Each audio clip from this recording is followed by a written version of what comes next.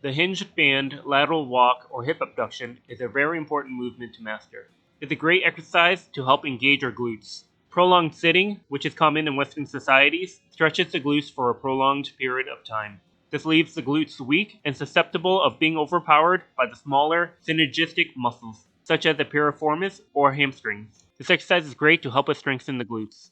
To perform this exercise correctly, we must first learn what the hip hinge is. We will learn that movement in a separate exercise tutorial, but if you're unfamiliar with it or not confident that you're performing it correctly, please reach out to me. With a band around the knees or ankles, sit back into a hip hinge. Remember that during a hip hinge, your knees should not shift forward. As you sit your hips back and lower your chest towards the ground.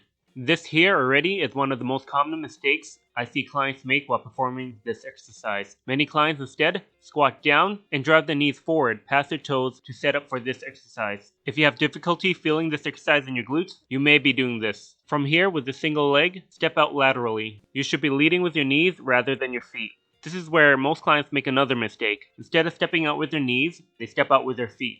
There is no hip abduction if you perform the exercise in this manner. And with no hip abduction, there is no glute activation. So to recap, sit your hips back into a hip hinge. When you step out laterally, lead from the knees rather than focusing on shifting the foot out laterally. Ensure that knee is directly over the ankle at all times.